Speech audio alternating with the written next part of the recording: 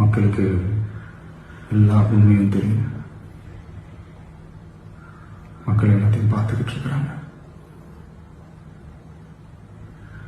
கரூரை சேர்ந்த அந்த மக்கள் அந்த உண்மையெல்லாம் வெளியில சொல்லும்போது எனக்கு கடவுளே நேரில் வந்து இறங்கி அந்த உண்மைகள்லாம் சொல்ற மாதிரி எனக்கு தோணுச்சு. சீக்கிரமே எல்லா உண்மைகளும் வெளியில வரும்.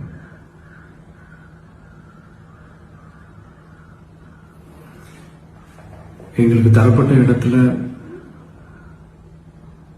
நாங்க போய் அந்த ஸ்பாட்ல நின்று நாங்க பேசிட்டோம். அதை தாண்டி எந்த தவறும் எங்க சைடில் நாங்கள் எதுவும் செய்யலை. பட் இருந்தாலும் எங்க கட்சியை சேர்ந்த நிர்வாகிகள் தோழர்கள் மேலே எஃப்ஐஆர், அது மட்டும் இல்லை சோசியல் மீடியாவை சேர்ந்த நண்பர்கள் தோழர்கள் அவங்க மேலே எஃப்ஐஆர்லாம் போட்டு இப்போ பிடிச்சிட்டு இருக்கிறாங்க.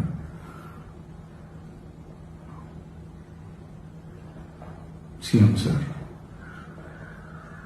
உங்களுக்கு ஏதாவது இந்த பழி வாங்கணும் அப்படின்ற எண்ணம் ஏதாவது இருக்குச்சுன்னா என்ன வேணாலும் பண்ணுங்க. அவங்க மேல கை வைக்காதீங்க. நான் ஒன்று வீட்டில் இருப்பேன், இல்லை நான் ஆஃபீஸில் இருப்பேன். என்ன வேணாலும் செய்யுங்க. நண்பர்களே, தோழர்களே,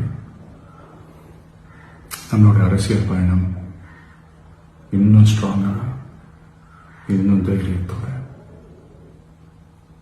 கண்டினியூ ஆகும்.